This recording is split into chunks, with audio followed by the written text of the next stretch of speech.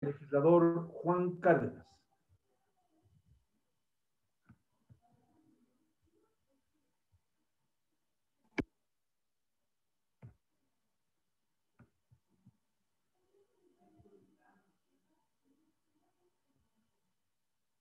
Micrófono, por favor. Señor, está habilitado y lo escuchamos. Adelante, asambleísta Juan Cárdenas.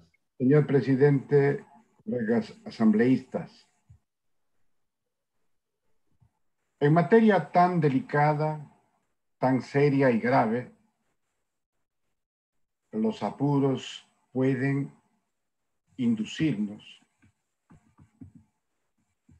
al hierro. En materia penal,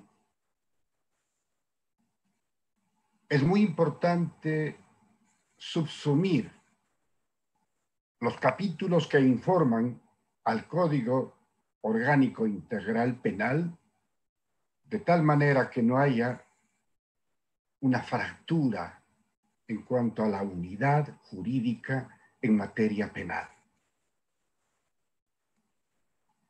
Siendo esta una ley que tiene por un lado la obligación de ejercer la facultad del Estado para sancionar, pero también lo tiene para reconocer la inocencia, para garantizar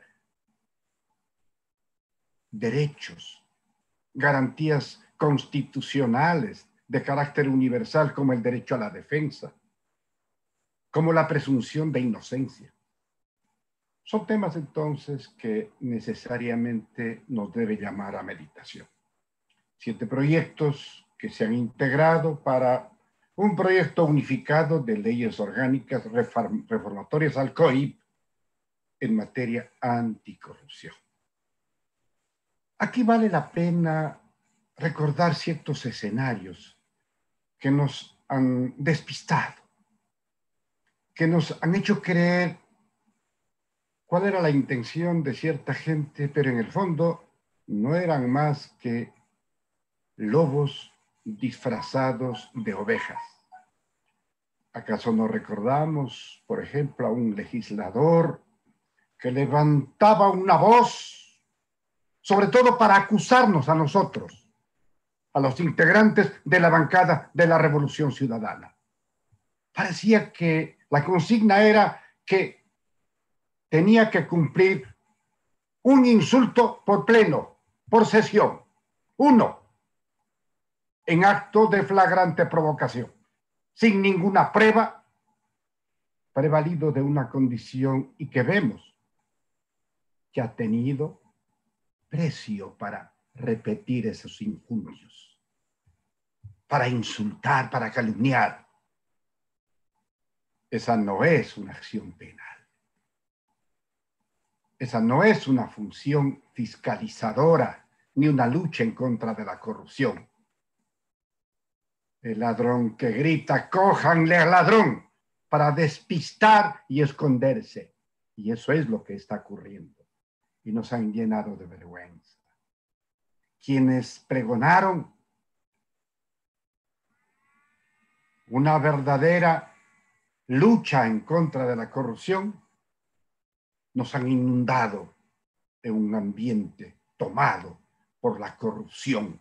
Y lo peor, en momentos tan duros como la pandemia. Vendieron fundas de cadáveres con sobreprecio, raciones de comida con sobreprecio, ataúdes de cartón para enterrar la miseria y la pobreza. De ahí venimos. No podemos legislar en materia penal por las coyunturas, peor aún con dobles intenciones. En materia penal es muy importante destacar, por ejemplo, que la facultad del Estado tiene que ser legitimada por sus procedimientos institucionales. Pero alguien ya lo dijo, no vamos a combatir la corrupción simplemente con leyes que están en manos de seres humanos. Es un asunto de formación, de valores, de cultura nacional, de metas, de principios desde el hogar. Pero cuando les dicen, tienes que triunfar en la forma que sea, y tu triunfo se consagra mediante la acumulación de riqueza, han distorsionado el espíritu en la formación de los hijos. Cuando pensamos que lo único que importa y da felicidad es la acumulación de bienes materiales, estamos destruyendo principios fundamentales que van más allá de ese tipo de obtenciones tan terrenales, tan efímeras. Así que no es mejor la ley que agrava las penas, lo es aquella que garantiza el derecho de la sociedad a castigar a quienes ofendieron con sus conductas antitípicas los bienes del Estado, los grandes valores, la vida, el patrimonio, la salud, la integridad de las personas. Pero los estados, en contraprestación, deben brindarnos seguridad, seguridad jurídica que está en entredicho. Los delitos que crean conmoción, como el peculado, el cohecho, la concusión, el tráfico de influencias, de hecho, ya están tipificados. En la nueva teoría del catálogo de las infracciones, es necesario perfeccionar estas figuras para que se cumpla un principio fundamental que para nosotros es un poco extraño, pero que en sociedades del primer mundo se considera como una forma efectiva de aplicación de la ley penal. Le llaman la ecuación penal. No hay por dónde perderse con la aplicación de la prueba, su valoración y la decisión y la resolución. Aquí deseo advertir a esta asamblea de un hecho que puede convertirse en una mala interpretación de un principio fundamental. El tema de la prisión preventiva, la prisión o la reclusión. Había una costumbre inveterada que les daba pingües utilidades a los juzgadores. Tomaban los procesos y los escondían. Y muchos inocentes purgaban penas infamantes, porque se castigaba el delito de la miseria y de la pobreza.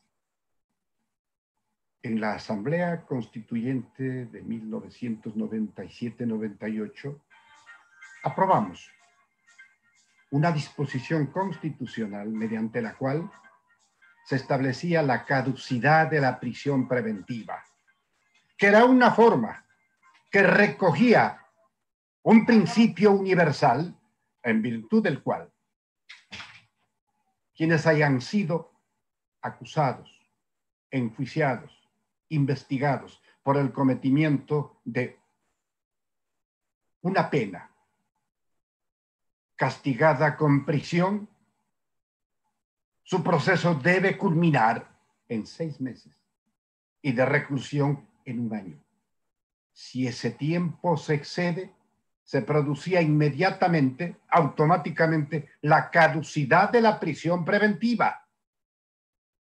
Esa persona obtenía su libertad y el juzgador asumía su responsabilidad por haber provocado esa caducidad. Lo que fue para nosotros un logro, porque incluíamos una corriente filosófica penal que nos correspondía como una sociedad moderna. Los juzgadores pillos lo convirtieron en su cuchara y ahora sí escondían los procesos y después de 6 meses liberaban por cientos y por miles a quienes le debían cuentas a la justicia. Entonces, depende de cómo actúe el ser humano. La ley estuvo ahí, el principio constitucional consagrado, pero lo prostituyeron en beneficio de esas mafias que tanto daño le han hecho a la justicia. Es también preocupante, señor presidente, que este proceso de tramitación de este cúmulo de proyectos obedezcan a una exigencia de los churqueros internacionales, del Fondo Monetario Internacional, de la Carta de Intención, del sometimiento de una sociedad postrada, no solamente víctima de una pandemia, sino de una destrucción económica y una crisis terrible. Y esto puede llevarnos a apuros que no les interesa a quienes nos exigen, pero sí a nuestra sociedad. Podemos dislocar los principios fundamentales que sostienen la teoría penal, que justifican el derecho del Estado a sancionar a sus connacionales. Por estos apuros, que no pueden justificarse en una coyuntura tan criticada y rechazada por la sociedad ecuatoriana. Es bueno que se tipifique los actos de corrupción de los privados. Alguien lo dijo, son los corruptores, son aquellos que implementan esas marañas perversas para tomarse por asalto la contratación pública. Sistema, compatriotas, que ha sido reconocido el Sistema Nacional de Contratación Pública como el más eficiente, el más moderno y avanzado a nivel emblemático, a nivel regional y del mundo. Que quien lo aplique, lo prostituya, esa es una cuestión que deben responder quienes tienen su responsabilidad. Entonces, no es solamente cuestión de leyes, es cuestión de la calidad de quienes asumen el servicio público como un apostolado, que no sea la panacea para acumular a como dé lugar dineros mal habidos. Hay 3 cosas que no se pueden esconder: la tos de un enfermo, el embarazo de una mujer y la fortuna mal habida. El que está enfermo de tos, así se esconda, tiene que toser. Una mujer embarazada a los 9 meses tiene que parir. Y la fortuna mal habida tiene que asomar en cualquier momento. Ahí están los principios para una verdadera lucha anticorrupción. Que no se inspire en el odio, en la persecución, en la coyuntura para eliminar al rival político, para provocar su muerte civil, para evitar el ejercicio de sus legítimos derechos constitucionales y políticos. Y ahí comenzó, en esa consulta popular que algunos la reivindican, ahí comenzó la desinstitucionalización del Ecuador. Ahí entregaron los organismos de control a dedo a un grupo de odiadores que le han hecho tanto daño a la patria. Y hoy estamos rebasados por una corrupción insoportable. Eso no se arregla con leyes. Se arregla con el apaciguamiento del espíritu nacional. No se arregla entregando áreas estratégicas a un grupo de truhanes y asaltantes, que el único mérito es que puedan servir en calidad de fuerzas de choque. El ejercicio del poder es una acción legítima que nace de la voluntad del pueblo, que todos los días refrenda su legitimidad por la objetividad del servicio a los demás. Pero cuando se basa en el odio, en la persecución, esas leyes se convierten en una trampa. Y aquí debemos tener mucho cuidado. Este es un proyecto que suma 7 iniciativas que tienen diferentes autores y fuentes para la reforma de un cuerpo integral, que fue un avance extraordinario en la formación de una auténtica cultura jurídica penal del Ecuador. Una reforma debe estar a la altura y a la calidad de esa clase de leyes que nos han permitido mejorar la sociedad. No demos pasos de ciego. Hagamos una reforma que no repita procesos, ni menos aún que ponga en duda la tipificación de los delitos. Cuidado, porque entonces volveremos a cometer el absurdo de juzgar a nuestros enemigos, a los que odiamos, con el delito de influjo psíquico. Influjo psíquico. No hay en ningún ordenamiento tipificado de carácter penal. Esas vergüenzas no puede vivir el Ecuador. Y al hacer una reforma penal, seamos estrictos en acatar una doctrina que nos obliga a hacer una reforma con absoluta seriedad. La anticorrupción es un anhelo de los ciudadanos. La corrupción es la tara. Allí están los que decían corruptos y gritaban. Repito, es el ladrón que sale en estampida y para fugar de sus persecutores grita: corran, síganle al ladrón, cójanle al ladrón. Y él se esquiva, siendo él el ladrón. Que esto no le vuelva a suceder a la sociedad ecuatoriana.